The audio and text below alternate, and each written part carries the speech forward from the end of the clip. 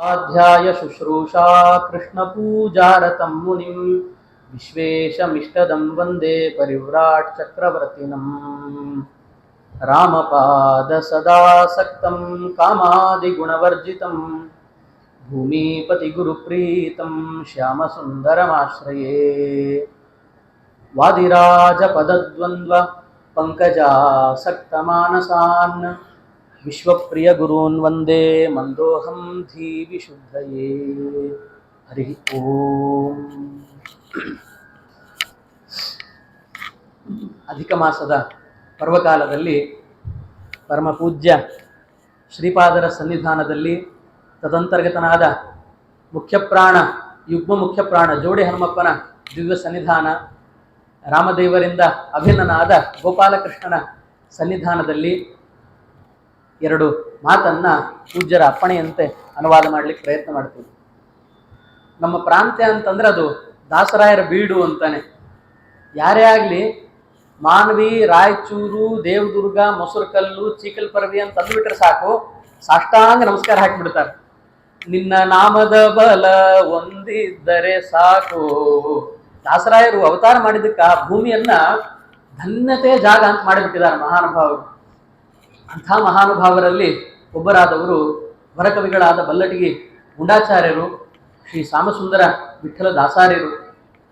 ನಮ್ಮ ದಾಸರಾಯರಿಂದ ಪೂರ್ಣ ಅನುಗ್ರಹ ಪಾತ್ರರು ಅಂತ ಅವ್ರ ಬಗ್ಗೆ ಹೇಳ್ತಾರೆ. ಅವರ ಚರಿತ್ರೆ ಹೇಳೋ ಕಾಲಕ್ಕೆ ತತ್ ಸಮಕಾಲೀನರಾದ ಮಹಾನುಭಾವರು ತಂದೆ ವೆಂಕಟೇಶ ವಿಠಲದಾಸರು. ಆ ಮಹಾನುಭಾವರು ಶ್ಯಾಮಸುಂದರ ದಾಸರ ವ್ಯಕ್ತಿತ್ವದ ಬಗ್ಗೆ ಹೇಳೋ ಕಾಲಕ್ಕೆ ಎಂಥ ಮಾತು ಹೇಳ್ತಾರೆ ಅಂತಂದ್ರೆ, ವಂದಿಸುವೆ ವರ್ತುಳಾಚಾರ್ಯ ಕೋವಿದಗೆ, ವಂದಿಸುವೆ ಶ್ರೀ ಶ್ಯಾಮ ಸುಂದರಾಭಿದಗೆ, ವಂದಿಸುವೆ ವರ್ತುಳಾಚಾರ್ಯ ಕೋವಿದಗೆ.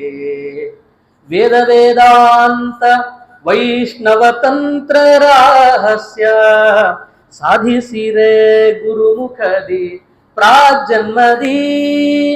ಆ ದಿವ್ಯ ಗುರುಮುಖೋದ್ಗೀತ ತತ್ವಾಮೃತವ ನೀ ದಯದೋಳೆರೆದೆ ಸುಬೋಧವಾಣಿಯಲಿ. ವಂದಿಸುವೆ ವರ್ತುಳಾಚಾರ್ಯ ಕೋವಿದಗೆ. ವರ್ತುಳಾಚಾರ್ಯರು ಅಂದ್ರೆ ಗುಂಡಾಚಾರ್ಯರು, ವರ್ತುಳ ಅಂದ್ರೆ ವೃತ್ತಾಕಾರ, ವರ್ತುಳಾಚಾರ್ಯರು ಅಂದ್ರೆ ಗುಂಡಾಚಾರ್ಯರು ಅಂತ ಅವರು ಬಳಸೋ ಪದಾನೇ ಚಂದ ನಮ್ಮ ಶ್ಯಾಮಸುಂದರ ದಾಸರಾಯರು. ಅಭಿಘಾರ ಪುರವಾಸ ಅಂತಾರೆ ತುಪ್ಪದೂರು ಮುಖ್ಯ ಪ್ರಾಣನಿಗೆ. ಸಿಂಧು ಶತಪುರೇಶ ಅಂತ ಸಿಂಧನೂರಲ್ಲಿ ರಾಮದೇವರ ಸನ್ನಿಧಾನಕ್ಕೆ ಹೋದಾಗ ಸಿಂಧು ಶತಪುರೇಶ ಅಂತ ರಾಮದೇವರನ್ನ ಸ್ತೋತ್ರ ಮಾಡಿ. ಸಿಂಧನೂರು ಪುರವಾಸ, ಸಿಂಧು ಶತಪುರೇಶ. ಬಳಗನೂರು ಅಂತ ಒಂದೂರು, ಅಲ್ಲಿ ಬಂಧು ಶತಪುರೇಶ ಅಂತ ಆ ದೇವರನ್ನ ಸ್ತೋತ್ರ ಮಾಡ್ತಾರೆ ಮುಖ್ಯ ಪ್ರಾಣನನ್ನ. ಹಾಗೆ ಒಂದು ಇದಕ್ಕೆಲ್ಲ ಸ್ಫೂರ್ತಿ ಅಂದ್ರೆ ಸಂಸ್ಕೃತದಲ್ಲಿ ಇದೇ ಥರದ ಮಾತುಗಳು. ಒಂದು ಉದಾಹರಣೆಗೆ ಹೇಳಬೇಕು ಅಂದ್ರೆ, ಗೋಗಜ ವಾಹನ ಭೋಜನ ಭಕ್ಷ ದುದ್ಭವ ಪಕ್ಷ ವಿಪಕ್ಷಜ ಶತ್ರೋಹೋ ವಾಹನ ವೈರಿ ಕೃತಾಸನ ಜುಷ್ಟ ಪಾತು ಶಿವಾಹಿ ಜಗತ್ರಯ ಜುಷ್ಟ ಅಂತ ಒಂದು ಮಾತು. ಅಂದ್ರೆ ಒಂದೊಂದೊಂದೊಂದು ಅಕ್ಷರ ಬಿಡಿಸಿ ಬಿಡಿಸಿ ಬಿಡಿಸಿ ನೋಡಿದ್ರೆ ಅದ್ಭುತವಾದ ಅರ್ಥ ಸಿಗ್ತದೆ. ಪಾರ್ವತಿ ದೇವಿಯನ್ನು ಒಬ್ಬ ಕವಿ ಸ್ತೋತ್ರ ಮಾಡೋ ಕಾಲಕ್ಕೆ ಹೇಗಿದ್ದಾಳೆ ಆ ತಾಯಿ ಅಂತಂದ್ರೆ, ಗೋಗಜ ವಾಹನ. ಗೋಗ ಅಂತಂದ್ರೆ ರುದ್ರದೇವರು, ಗೋ ಅಂದ್ರೆ ವೃಷಭ, ವೃಷಭದ ಮೇಲೆ ಗಚ್ಚತಿ ಇತಿ ಗೋಗಹ, ಅದರ ಮೇಲೆ ಹೋಗ್ತಕ್ಕಂಥವ್ರು. ಗೋಗಜ ಆ ರುದ್ರದೇವರಿಂದ ಹುಟ್ಟಿದ ಮಹಾನುಭಾವ ಷಣ್ಮುಖ. ಗೋಗಜ ವಾಹನ ಅದ್ಯಾವುದು ಅಂದ್ರೆ ಮಯೂರ, ನವಿಲು. ಗೋಗಜ ವಾಹನ ಭೋಜನ, ಅದ್ರ ಭೋಜನ ಅಂದ್ರೆ ಹಾವು, ಹಾವನ್ನ ತಿಂತಿದೆ ಅದು. ಅದಕ್ಕೋಸ್ಕರ ಗೋಗಜ ವಾಹನ ಭೋಜನ ಭಕ್ಷ್ಯಾತ್. ಗೋಗಜ ವಾಹನ ಭೋಜನ ಅಂತಂದ್ರೆ ಆ ಮಯೂರ, ಅದು ತಿಂತಕ್ಕಂಥದ್ದು ಅಂತಂದ್ರೆ ಹಾವನ್ನ. ಹಾವಿನ ಆಹಾರ ಅಂತಂದ್ರೆ ಗಾಳಿ. ಎಲರುಣಿಯ ಓಲ್ ನುಂಗುವಗೆ ಎಲ್ಲಿ ಹೋದು ಸುಖ ದುಃಖ ಅಂತಾರೆ ನಮ್ಮ ದಾಸರಾಯರು. ಎಲ್ಲರೂ ಗಾಳಿಯನ್ನು ಉಣಿತಕ್ಕಂಥದ್ದು. ಹಾಗಾಗಿ ಗೋಗಜ ವಾಹನ ಭೋಜನ ಭಕ್ಷ್ಯ, ಅದರ ಭಕ್ಷ್ಯ ಅಂದ್ರೆ ಗಾಳಿ, ಅದರಿಂದ ಉದ್ಭೂತನಾದವನು ಮುಖ್ಯ ಪ್ರಾಣ ಆಂಜನೇಯ. ಗೋಗಜ ವಾಹನ ಭೋಜನ ಭಕ್ಷ್ಯ ದುದ್ಭವ ಪಕ್ಷ, ಹನುಮಂತನ ಪಕ್ಷ ಅಂತಂದ್ರೆ ರಾಮದೇವರ ಪಕ್ಷ, ಹನುಮನ ಮತವೇ ಹರಿಯ ಮತವು. ವಿಪಕ್ಷಜ, ಅದರಿಂದ ವಿಪಕ್ಷ ಅಂದ್ರೆ ರಾವಣನ ಪಕ್ಷ. ಆ ರಾವಣನ ಪಕ್ಷದಲ್ಲಿರ್ತಕ್ಕಂಥವನು ಅಂತಂದ್ರೆ ಅವನಿಂದ ಹುಟ್ಟಿದವನು ಅಂದ್ರೆ ಇಂದ್ರಜಿತ್ತು. ವಿಪಕ್ಷಜ ಶತ್ರೋಹ, ಇಂದ್ರಜಿತಿನ ಶತ್ರು ಯಾರು ಅಂದ್ರೆ ಇಂದ್ರದೇವರು. ವಾಹನ ವೈರಿ ಕೃತಾಸನ ಜುಷ್ಟ ಅಂತ ಇಂದ್ರದೇವರ ವಾಹನ ಅಂತಂದ್ರೆ ಐರಾವತ ಆನೆ. ಆ ಆನೆಯ ವೈರಿ ಯಾವುದು ಅಂದ್ರೆ ಸಿಂಹ, ಅಂತ ಸಿಂಹದ ಮೇಲೆ ಪಾರ್ವತಿ ದೇವಿ ಕೂತಿದ್ದಾಳೆ ಅಂತ ಸಿಂಹವಾಹಿನಿಯನ್ನು ನಮಸ್ಕಾರ ಮಾಡ್ತೀನಿ ಅಂತ ಒಬ್ಬ ಕವಿ ಹೇಳೋದು. ವಕ್ರೋಕ್ತಿರೇವ ವೈದಗ್ಧ್ಯ ಭಂಗಿ ಭಣಿತಿ ರುಚ್ಯತೆ ಅಂತಾನೆ ಒಬ್ಬ ಕವಿ. ವಿಶಿಷ್ಟವಾದ ಶೈಲಿಯಲ್ಲಿ ನಿರೂಪಣೆ ಮಾಡತಕ್ಕಂಥದ್ದು. ಅದನ್ನು ನಮ್ಮ ದಾಸರಾಯರು ಅಭಿಜಾತವಾಗೇ ಪಡೆದಿದ್ರು. ಅವರ ಬಾಲ್ಯದ ಅನೇಕ ಘಟನೆಗಳನ್ನ ನೋಡ್ತಾ ನೋಡ್ತಾ ಬಂದಾಗ, ರಾಜ ರವಿಸುತ ತೇಜ ನೈಜಾಂ ಉಸ್ಮಾನ್ ಅಲಿ ಖಾನ್ ಮಂಗಳಂ ಅಂತ ಹೈದರಾಬಾದ್ ನಿಜಾಮರು ಬಂದಾಗ ಶಾಲೆಯಲ್ಲಿ ಸ್ವಾಗತ ಗೀತೆ ಹಾಡಬೇಕು ಅಂತ ಹೇಳಿದ್ರಂತೆ. ಹೇಳಿದಾಗ ನಮ್ಮ ಶ್ಯಾಮ್ ಸುಂದರದಾಸರು ಶಾಲಾ ವಿದ್ಯಾರ್ಥಿ ಆಗಿದ್ದಾಗ ಗುರುಗಳು, ಗುಂಡಣ್ಣ ನೀ ಹೇಳಪ್ಪ, ನಮಗೂ ಆಫೀಸರ್ ಬಂದಾರ, ಏನಾರು ಹೇಳಬೇಕು ಅವ್ರ ಮುಂದ ಅಂತಂದಿದ್ದಕ್ಕೆ ನಮ್ಮ ದಾಸರಾಯರು ಬಾಲ್ಯದಲ್ಲೇನೆ ಅಲ್ಲೇ ತತ್ಕ್ಷಣದಲ್ಲೇ ಅದಕ್ಕೆ ಆಶು ಕವಿಗಳು, ವರ ಕವಿಗಳು ಅಂತ ಅವ್ರಿಗೆ ಹೆಸರು. ಬಹಳ ಪ್ರಸಿದ್ಧ ಅಂತಂದ್ರೆ, ಮಾನವಿಯಲ್ಲಿ ಒಮ್ಮೆ ಕನ್ನಡ ಸಾಹಿತ್ಯ ಸಮ್ಮೇಳನ ಮಾಡಿದಾಗ ಬೇಂದ್ರೆ ಅವರಿದ್ದರಂತೆ. ಬೇಂದ್ರೆ ಅವರಿದ್ದಾಗ ಮಾನವಿಯಲ್ಲಿ ಅವರ ನೇತೃತ್ವದಲ್ಲಿ ತಾಲೂಕಾ ಕನ್ನಡ ಸಮ್ಮೇಳನ ಮಾಡೋಣ ಅಂತ ಎಲ್ಲರೂ ನಿಶ್ಚಯ ಮಾಡಿದಾಗ ಅವ್ರು ಬರೋದಿಲ್ಲ ಅಂದ್ರಂತೆ. ಬರೋದಿಲ್ಲ, ನಾನು ಬಹಳ ಕೆಲಸಗಳಿದ್ದಾವೆ.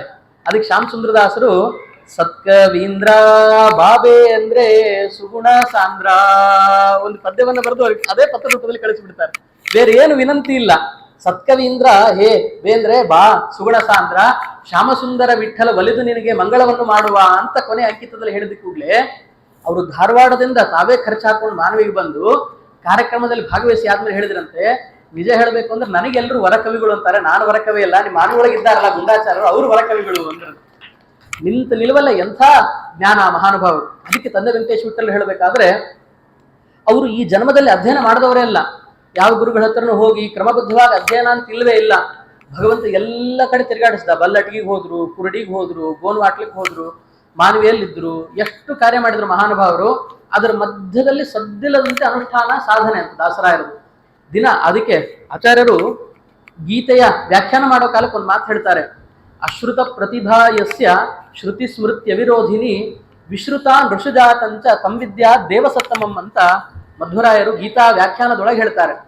ಭೂಮಿಯಲ್ಲಿ ಯಾರದು ಕೀರ್ತಿ ವಿಸ್ತಾರವಾಗಿ ಪಸರಿಸಿದೆಯೋ ಅಶ್ರುತ ಪ್ರತಿಭಾಯಸ್ಯ ಶ್ರುತಿ ಸ್ಮೃತ್ಯ ವಿರೋಧಿನಿ, ಮತ್ತೆ ಅವ್ರು ಹೇಳ್ತಕ್ಕಂಥ ಅರ್ಥಗಳು ವೇದಕ್ಕೆ, ಆಚಾರ್ಯರ ತತ್ವವಾದಕ್ಕೆ, ಸ್ಮೃತಿಗೆ ಅವಿರುದ್ಧವಾಗಿರ್ಬೇಕು, ವಿರುದ್ಧವಾದ ಅರ್ಥ ಆಗಿರಬಾರ್ದು. ಅಂಥ ವ್ಯಕ್ತಿಯನ್ನ ದೇವಸತ್ತಮಂ ವಿದ್ಯಾ ಅಂತ ಹೇಳ್ತಾರೆ. ಅವನು ದೇವಾಂಶನೇ ಅಂತ ತಿಳಿದು ನಾವು ಅವನನ್ನ ಉಪಾಸನ ಮಾಡಬೇಕು ಅಂತ. ಹಾಗೆ ಜನ್ಮಾಂತರದಲ್ಲಿ ವೇದ ವೇದಾಂತ ವೈಷ್ಣವ ತಂತ್ರ ರಹಸ್ಯ ಸಾಧಿಸಿರೆ ಪ್ರಾಗ್ಜನ್ಮದಿ ಅಂತ ಜನ್ಮಾಂತರದಲ್ಲಿ ಜಗನ್ನಾಥದಾಸರಾಯರ ಮಕ್ಕಳಾಗಿ ಹರಿಕಥಾಮೃತ ಸಾರವನ್ನು ಲಿಪಿಬದ್ಧರಾಗಿ ಗೊಳಿಸಿರ್ತಕ್ಕಂಥ ಮಹಾನುಭಾವರೇ ಶ್ಯಾಮಸುಂದರದಾಸರು ಜನ್ಮಾಂತರದಲ್ಲಿ ಅಂತ ಒಂದು ದಾಸರಾಯರ ಜೀವನದ ಬಗ್ಗೆ ನಿರೂಪಣೆ ಮಾಡ್ತಾರೆ. ಅಂಥ ಮಹಾನುಭಾವರು ರಚನೆ ಮಾಡಿದ ಪದ್ಯಗಳು ಅಂತ ಅದ್ಭುತ. ಅದರಲ್ಲಿ ಒಂದರಿಂದ ಒಂದು ಹೇಳ್ತಾ ಹೋದ್ರೆ, ಸುಮ್ಮನೆ ಉದಾಹರಣೆಗೆ ಶ್ಯಾಮಸುಂದರದಾಸರು ನಮ್ಮ ಭಾರತೀ ದೇವಿಯರ ಮೇಲೆ ಸ್ತೋತ್ರ ಮಾಡ್ತಾರೆ. ಸ್ತೋತ್ರ ಮಾಡೋ ಕಾಲಕ್ಕೆ ಅವತಾರತ್ರಯದ ಸ್ತೋತ್ರ. ಅದರಲ್ಲಿ ಹೇಳ್ಬೇಕಾದ್ರೆ ಹೇಳ್ತಾರೆ, ಎಂತೂ ನೀ ವಶಳಾದಿಯೇ ಭಾರತೀ ದೇವಿ, ಎಂತೂ ನೀ ಮರುಳಾದಿಯೇ, ಎಂತೂ ನೀ ವಶಳಾದಿ ಕಂತೂ ಹರನ ತಾಯೇ, ದಂತಿ ಗಮನೆ ದಮಯಂತಿ ಕಾಂತ ಸೂತೆ, ಎಂತೂ ನೀ ವಶಳಾದೆ ಭಾರತೀ ದೇವಿ, ಎಂತೂ ನೀ ಮರುಳಾದೆಯೇ.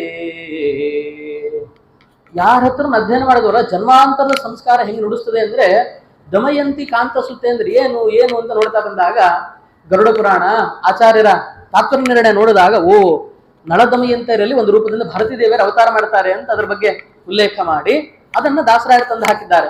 ಮತ್ತೆ ಸಹಜ, ಎಷ್ಟು ಸಹಜ ಅಂತಂದ್ರೆ ಇಂಥವನಿಗೆ ಹೆಂಗೆ ಇಂಥವಾಗಿ ಹ್ಯಾಂಗ ಮನಸ್ಸೋತೆ ಅಂತ ಹೇಳ್ತಾರಲ್ಲ, ಹಾಗೆ ಮುಖ್ಯ ಪ್ರಾಣನ ಅವತಾರ ತ್ರಯದ ಬಗ್ಗೆ ಹೇಳೋ ಕಾಲಕ್ಕೆ ತರುಚರ ರೂಪಿಗೆ ಸರಸಿಜ ಸಖನಾದ ತರಣೀಯ ಫಲವೆಂದು ಅರಿತು ಭಕ್ಷಿಸಲ್ ಹೋದ ತರುಚರ ರೂಪಿಗೆ ಎಂತೂ ನೀ ವಶಳಾದೆ. ಆಮೇಲೆ ಹೇಳೋದು, ಭಂಡ ಬಕನ ಶಿರ ದಿಂಡು ಗೆಡಹಿ ಅವನ ಬಂಡಿ ಓದನ್ನವ ಉಂಡ ಉಂಡಗೆ ಮಾತೆ, ಎಂತೂ ನೀ ವಶಳಾದೆ. ಕೊನೆ ನೋಡಿ, ಅಲ್ಲಿ ಮಧ್ವಾಚಾರ್ಯರು ಹೇಳೋ ಕಾಲಕ್ಕೆ ಬಹಳ ಚಮತ್ಕಾರ. ಶ್ರೀಶ್ಯಾಮ ಸುಂದರನೇ ತ್ರೈಲೋಕಕ್ಕೆ ಈಶನೆಂಬುದು ತಾನುಲೇ ಸಾಗಿ ಪೇಳಲು ಲೇಷವಾದರು ನಿನ್ನ ಆಸೆ ಇಲ್ಲದೆ ಸನ್ಯಾಸಿಯಾದವನಿಗೆ ಎಂತೂ ನೀ ವಶಳಾದೆಯೇ. ಇಂಥ ಭಕ್ತಿಯಿಂದ ಮಾಡಿದಾಗ ಅದನ್ನು ಅರ್ಥಕೊಂಡು ನಾವು ಹೇಳಿದ್ರೆ ಯಾಕ ವೇದಾಭಿಮಾನಿಯಾದ ಭಾರತೀ ದೇವಿಯರ ಅನುಗ್ರಹ ಆಗೋದಿಲ್ಲ? ಅಂಥ ಭಾವ ಬಂಧುರವಾದ ಪದ್ಯಗಳು ನಮ್ಮ ಶ್ಯಾಮಸುಂದರ ದಾಸರಾಯರದು. ಅವರು ರಚನೆ ಮಾಡಿರ್ತಕ್ಕಂಥ ಪದ್ಯಗಳಲ್ಲಿ ಒಂದು ಭಗವಂತನನ್ನ ಸ್ತೋತ್ರ ಮಾಡಿರ್ತಕ್ಕಂಥದ್ದೊಂದು, ಅದು ಭಾರಿ ಅದ್ಭುತವಾದದ್ದು. ಕಂಬೂ